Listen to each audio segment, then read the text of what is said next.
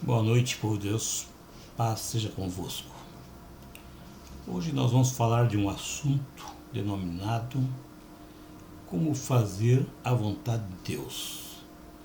Texto baseado no livro de Mateus, capítulo 21, versículo 28 ao 32.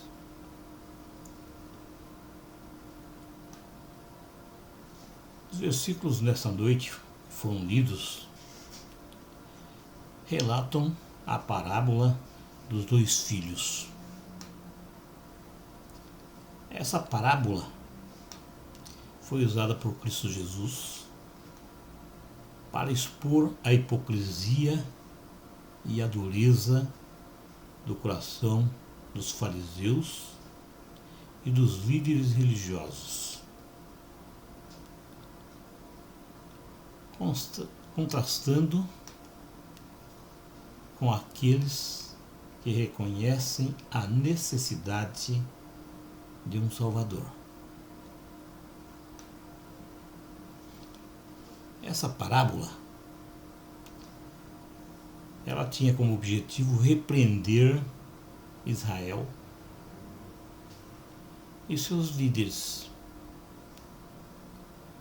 que se mostravam estéreis espiritualmente. Cristo Jesus, ele descreveu os dois filhos. A parábola está escrita lá em Mateus, capítulo 21, versículos 28 ao 32. E a história registra que um rejeitou o pedido do pai, mas depois, se arrependendo, foi trabalhar. O segundo filho prometeu que iria trabalhar, mas acabou não indo. Então Cristo Jesus, ele perguntou aos fariseus: qual desses dois filhos fez a vontade de seu pai? Os fariseus foram unânimes. O primeiro. Em outras palavras, Cristo afirma que o verdadeiro arrependimento é mais importante do que a piedade exterior.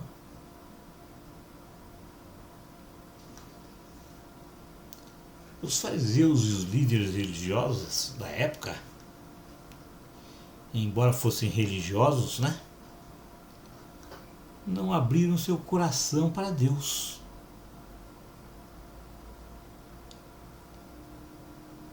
E Cristo arrebatou: em verdade vos digo que os publicanos e as prostitutas entrarão antes de vós no reino de Deus.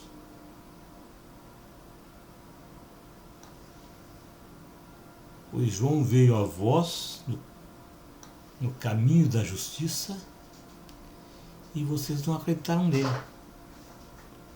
Mas os cobradores de impostos e as prostitutas acreditaram. E vocês, vendo isso, nem depois sentiram remorso. Um remorso para crer em João Batista. Palavra descrita no livro de Mateus, capítulo 21, versículo 31 e 32. Os fariseus entenderam o que Cristo queria dizer. Eles tinham entendido essa lição, mas as suas mentes estavam decididos. Os seus corações estavam embrutecidos. Eles já tinham um caminho definido.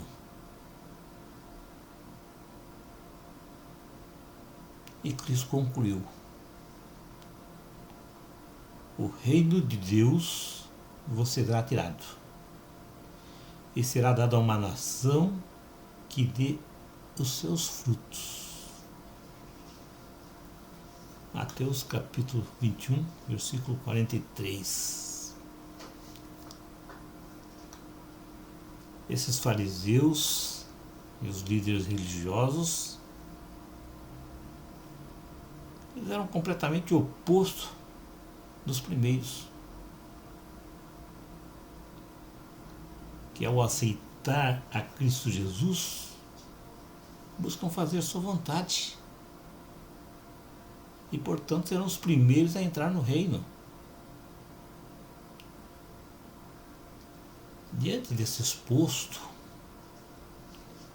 nós podemos tirar algumas lições dessa parábola. Lições que nós podemos levar para a vida toda.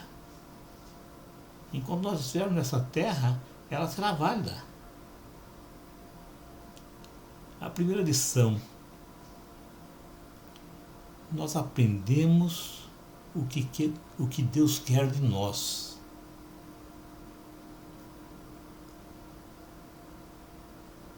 A única exigência do Senhor para nós é que nós entendamos a vontade dEle. Essa é a única exigência. Ele quer que nós acreditemos na mensagem do reino, obedecendo.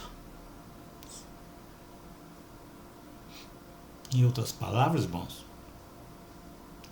Deus quer nossa fé, Ele quer nosso amor, quer a nossa obediência. Acima de tudo, Ele quer que nós confiemos nele, com toda a nossa força, com toda a nossa vida. Está lá escrito no livro de Provérbios, capítulo 3, versículos 5 e 6. Ele verdadeiramente quer que ocorra uma mudança interior, uma mudança que nos leve à obediência, que nos leve a fazer a sua vontade. Nessa parábola, o primeiro filho, a princípio ele não queria fazer a vontade do pai. Mas depois ele fez a vontade do pai. E ele deve ser o nosso exemplo a ser seguido. Pois é isso que Deus deseja, que Deus espera de nós. Que nós venhamos fazer a sua vontade. Em nenhum momento Deus quer que nós sejamos perfeitos. Não. Mas que nós estejamos prontos para servir e tenhamos humildades para aceitar que precisamos da sua ajuda para que ocorra essa mudança em nossa vida. Deus não está preocupado com o nosso visual, se eu sou bonito ou feio, pequeno ou grande. Ele não está preocupado. Ele deseja que nosso coração esteja sujeito a Ele. Ele quer habitar no nosso coração. Ele diz claramente: eis que estou à porta e bato. Se alguém ouvir a minha voz e abrir a porta, entrarei em sua casa e cearei com ele e ele comigo. São palavras de Cristo descritas no livro de Apocalipse, capítulo 3, versículo 20. Ele está à porta. Presta atenção que ele está batendo. Abre a porta do seu coração e deixa ele entrar. Ele tem um plano para cada um de nós. Se nós deixarmos Ele nos guiar, Ele vai endireitar nossas vidas. Ele vai endireitar nossas veredas. Ele vai nos mostrar que é preciso ser mudado. Está escrito: digo-vos que assim haverá maior júbilo no céu por um pecador que se arrependa do que por 99 justos que não precisam de arrependimento. Palavra descrita no livro de Lucas 15, versículo 7. Deus quer o nosso trabalho na colheita de almas. Ele nos disse: ide por todo o mundo, ensinando, fazendo discípulos. Ide por todo o mundo e pregai o Evangelho a toda criatura. Está lá no livro de Mateus, capítulo 28 e 16. 28, 19 e 16, 15. Ele quer que nós sejamos testemunhas. Testemunha deles em nossas ruas, em nosso bairro, em nossa cidade, em nosso país e até nos confins da terra. É isso que ele quer. Nessa parábola, irmãos, nós aprendemos o que Deus quer de nós. A segunda lição que essa parábola nos ensina é que nós não devemos ser igual ao segundo filho. Sim, nós não podemos ser igual ao segundo filho.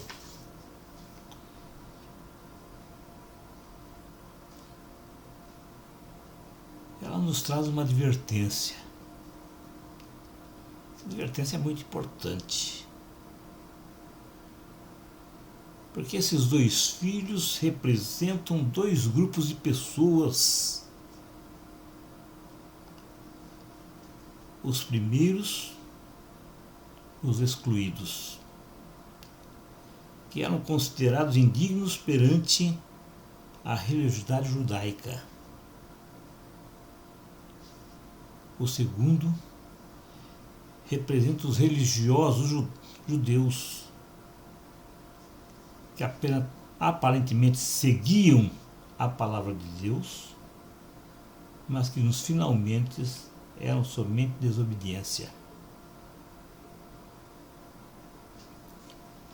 Isso fica claro, irmãos, quando Cristo Jesus diz que aqueles desprezados pecadores entrariam no reino de Deus antes daqueles que aparentemente eram irrepreensíveis. Aparentemente irrepreensíveis, mas tinham uma vida corrompida. Com palavras, declaravam obediência a Deus, mas seus atos eram de desobediência total. Esses últimos, irmãos, diziam que obedeciam a Deus, mas não estavam obedecendo. A igreja atual, a igreja de nossos dias, ela está repleta desses falsos cristãos. Cristãos que adoram a Deus com palavras, mas seus corações estão entregues ao inimigo. Nós, como cristãos, precisamos cumprir o nosso compromisso. Um compromisso com Deus. Um compromisso com nossos semelhantes. Nós precisamos estar verdadeiramente trabalhando na seara do Senhor. Veja o que está escrito.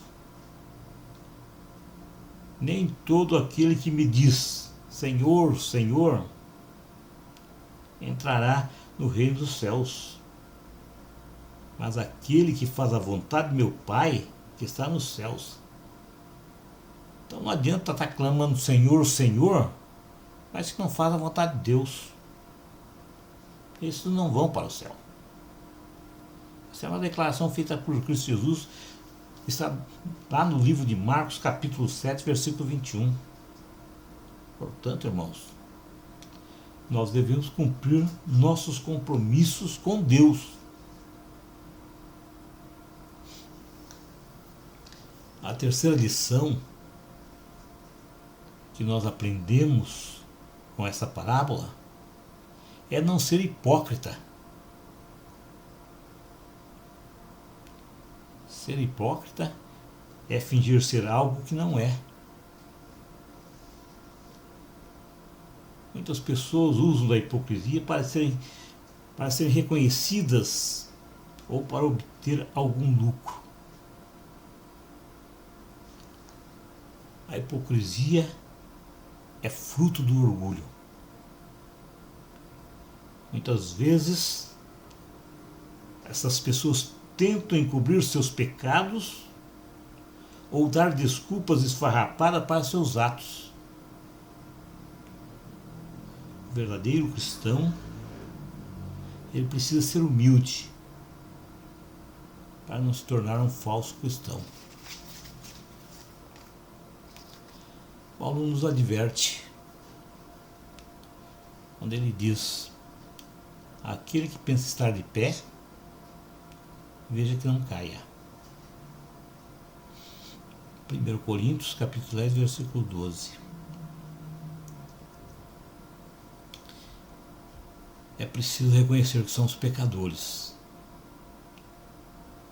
É preciso reconhecer que precisamos de Cristo Jesus. Está escrito, irmãos: guias cegos.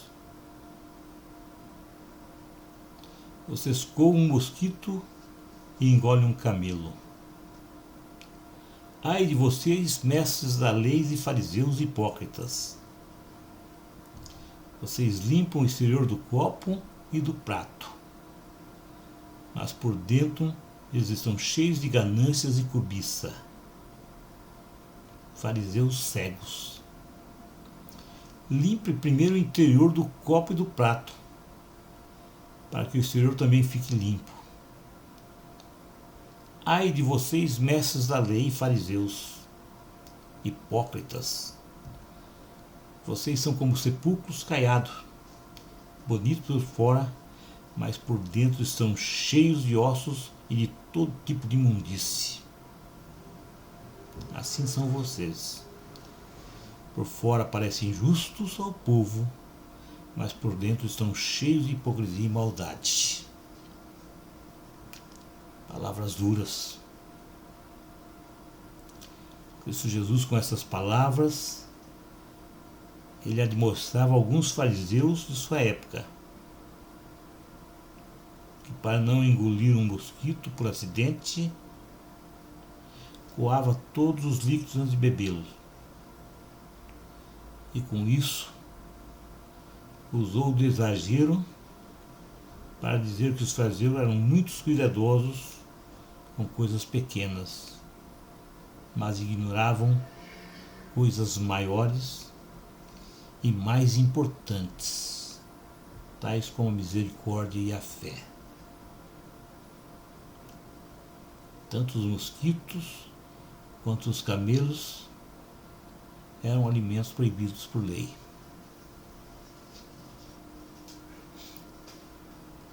A quarta lição que podemos tirar dessa parábola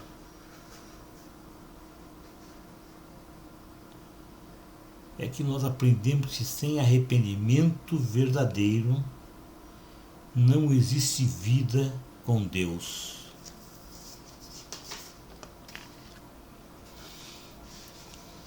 Essa parábola, irmãos, nos mostra a grandeza do arrependimento.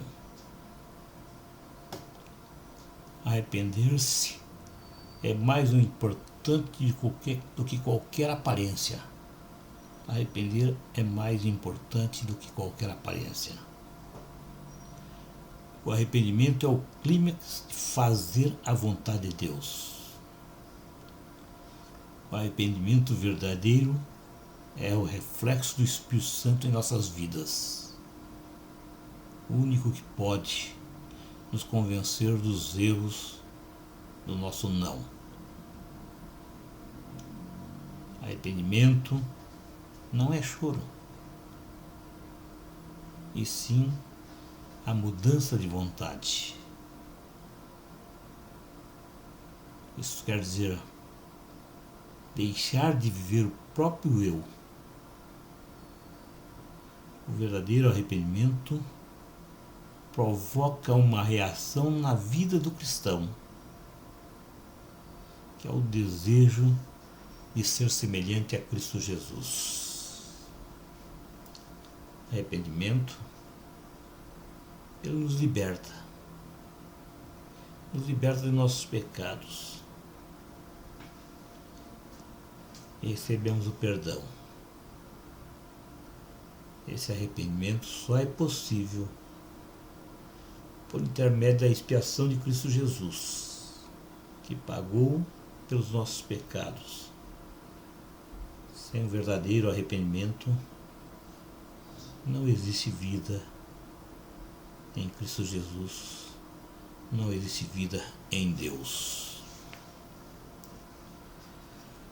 A quinta lição que nós aprendemos com essa parábola, que palavras são meras palavras. Qualquer pessoa pode enganar as outras pessoas, mas ninguém consegue enganar a Deus. Deus conhece o nosso coração e julga as nossas intenções. Deus sabe se o nosso comportamento é verdadeiro ou falso. O cristão precisa estar atento. Sim. Ele precisa examinar cada situação em conformidade com a palavra de Deus. O cristão não pode deixar algo acontecer, se distrair com coisas que possam fazer que esqueça o nosso compromisso com Deus. Ele não pode se envolver com qualquer distração que faça ele esquecer o nosso compromisso com Deus. Essa parábola, irmãos, é clara. Ela nos mostra que só existem dois tipos de pessoas: ou filhos de Deus, ou somos como o primeiro filho, ou seremos iguais ao segundo. Sim. Ou seremos iguais ao primeiro, ou seremos iguais ao segundo. Não existe estar em cima do muro. Ou somos de Deus, ou somos do diabo. Não existe meio termo. Olha que a palavra de Deus diz: esse povo me honra com os lábios, mas o seu coração está cheio de maldade. Seu coração está longe de mim. Em vão me adoram. Seus ensinamentos não passam de regras ensinadas por homens. Declaração feita no livro de Mateus, capítulo 15, versículo 8 e 9.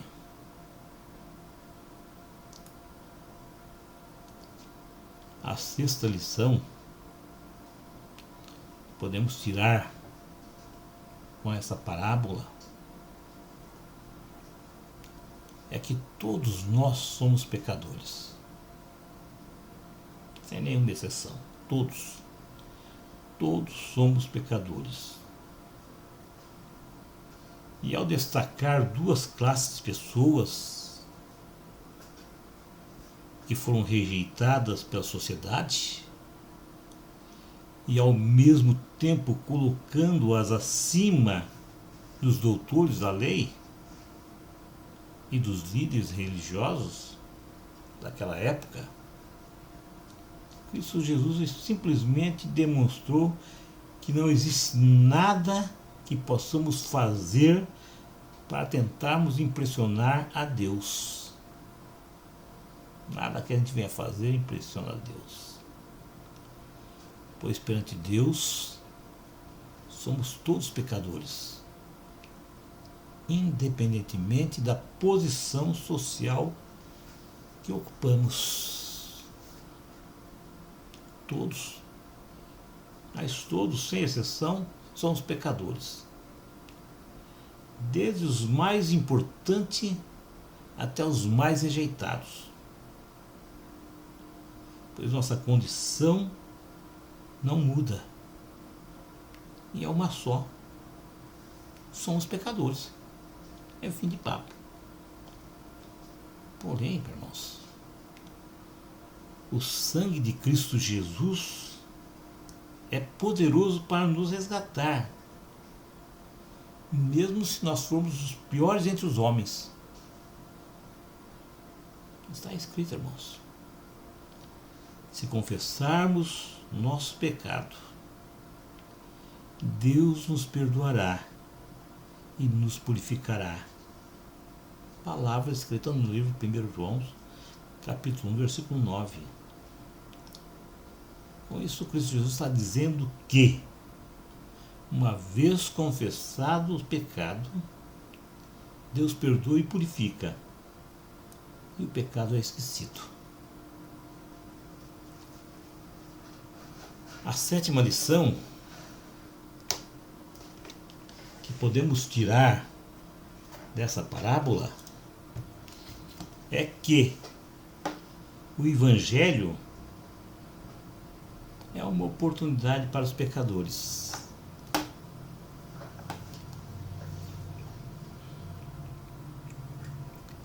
A grande maioria dos cristãos pouco ou quase nada sabem ou entendem sobre o Evangelho.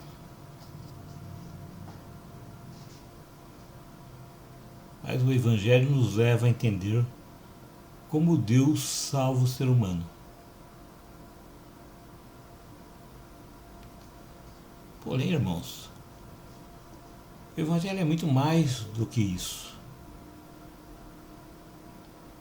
Porque o Evangelho nos orienta como Deus se relaciona conosco e como Ele trabalha em nossa vida. Não são palavras minhas, são palavras escritas no livro de Colossenses, capítulo 1, versículo 3 ao 6. O Evangelho é o poder que dá força à sua vida cristã. É a salvação de Deus em ação. O Evangelho não é apenas uma mensagem de salvação. Ele foi planejado por Deus. Ele é completo. É muito mais do que uma simples mensagem para a vida cristã. O Evangelho é para ser vivido. O Evangelho é para ser compartilhado.